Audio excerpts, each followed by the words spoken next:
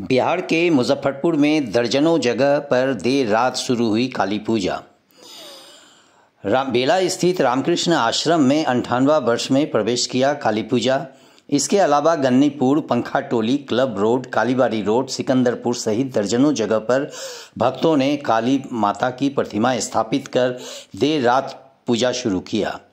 रामकृष्ण आश्रम में स्वामी जी द्वारा आयोजित काली पूजा तंत्रोक्त पद्धति से किया जाता है। बेला स्थित रामकृष्ण आश्रम में तंत्रोक्त पद्धति से पूजा करने में स्वामी शांतानंद महाराज, स्वामी बलप्रदानंद महाराज पूजा पर बैठे हैं। बनारस से आए स्वामी ईशानंद महाराज तंत्रोक्त विधि विधान से पूजा कराए।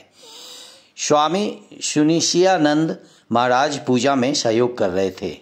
रामकृष्ण आश्रम के प्रधान सेक्रेटरी महाराज स्वामी भावात्मानंद पूजा के सभी प्रक्रिया पर निगरानी किए हुए थे। इसके अलावे अरुण महाराज एवं कई स्वामियों ने पूजा के दौरान मां काली की गीत प्रस्तुत किए। इस अवसर पर काफ़ी संख्या में श्रद्धालु उपस्थित हुए। समाजसेवी संजीव साहू शुरू से अंत तक पूजा में सम्मिलित रहे। काली पूजा जो हो रही है ये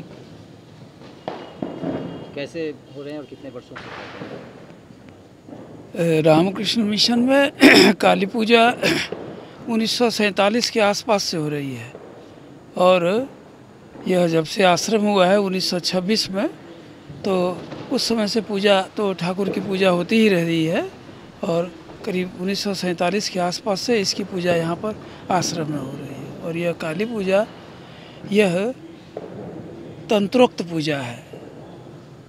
काली पूजा जिसे हम आज कहते हैं काली पूजा, इसका पुंगलिंग रूप होता है काल और स्त्रीलिंग रूप होता है काली। और यह पूजा ऋग्वैदिक काल से ही होता आ रहा है। उस काल में प्रतिमा आदि नहीं होते थे किंतु पूजा होती थी। ऋग्वेद में हमें कई जगह, विशेषकर एक जगह ऋग्वेद में इसका उल्लेख मिलता है हमें, जिसे कहते हैं रात्रि की अधिष्ठात्री देवी, इसे काली ही कहते हैं। इसी रात्रि की अधिष्ठात्री देवी की ही पूजा बाद में काल के रूप में या काली के रूप में होना शुरू हुआ। ऋग्वेद के बाद फिर जब 6 वेदों का विभाजन हुआ, अथर्ववेद में अथर्वशीर्ष नामक एक सूक्त है और उसमें देवी देवताओं से कहती हैं कि मैं ब्रह्म स्वरूपिणी हूँ। सामान्यतया हम लोग ब्रह्म को पुंगलिंग के रूप में हम जानते हैं अथवा पुल्लिंग स्त्रीलिंग से परे पुल्लिंग के रूप में हम जानते हैं, किंतु यहाँ पर स्त्रीलिंग के रूप में देवी अपने को बतलाती हैं और वह कहती हैं मैं ही ब्रह्म स्वरूपिणी हूँ और अहं ब्रह्म स्वरूपिणी।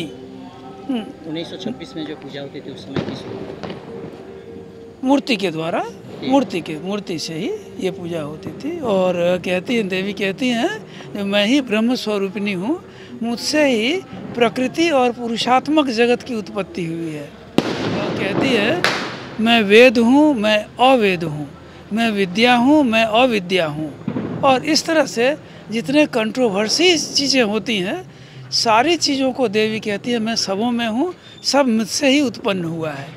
देवताओं की भी उत्पत्ति अपने से बतलाती हैं और अंत में देवता इसी रात्रि देवी से प्रार्थना करते हैं कि मुझे ज्ञान देकर मुझे अंधकार रात्रि से मुझे उऋण करो, मुझे मुक्त करो, और वह देवी उन्हें प्रदान करती है। तो यह ऋग्वैदिक काल से, अथर्ववेद काल से इसकी पूजा प्रचलित रही। बाद में उपनिषदिक काल में भी देवी की पूजा विभिन्न रूपों में होती रही है। देवी की पूजा हम उपनिषद में, केनोपनिषद में हम देखते हैं इसकी पूजा होती है। बाद में और भी होते रहा है। ये पूजा शक्ति की पूजा है, यह शक्ति की पूजा है और शक्ति, इसमें प्राण प्रतिष्ठा, मूर्ति में प्राण प्रतिष्ठा किया जाता है। प्राण प्रतिष्ठा का अर्थ यह है कि भाव के द्वारा उस मूर्ति में, जड़ में चेतना की अभिव्यक्ति देना। यह वास्तव में जो पुजारी होता है, जो पूजा करता है, वह अपने को जागृत करता है। अपने को जागृत करके वह संपूर्ण जगत में चेतना को जन्म देता है या चेतना की उत्पत्ति करके उसे चेतनमय जगत के रूप में देखता है, इसे ही प्राण प्रतिष्ठा करते हैं। यह पूजा आज रात या कल सुबह करीब 4 बजे 4:30 बजे तक पूजा समाप्त हो जाएगी और कल संध्या 4 बजे प्रतिमा का विसर्जन होगा। और इसके पहले करीब 12 बजे से यहाँ प्रसाद आदि वितरण का यहाँ समारोह होता है। बहुत लोग, हजारों लोग प्रसाद वितरण के लिए आते हैं। मैं स्वामी भावात्मानंद, रामकृष्ण मिशन, सेवाश्रम बेला, मुजफ्फरपुर।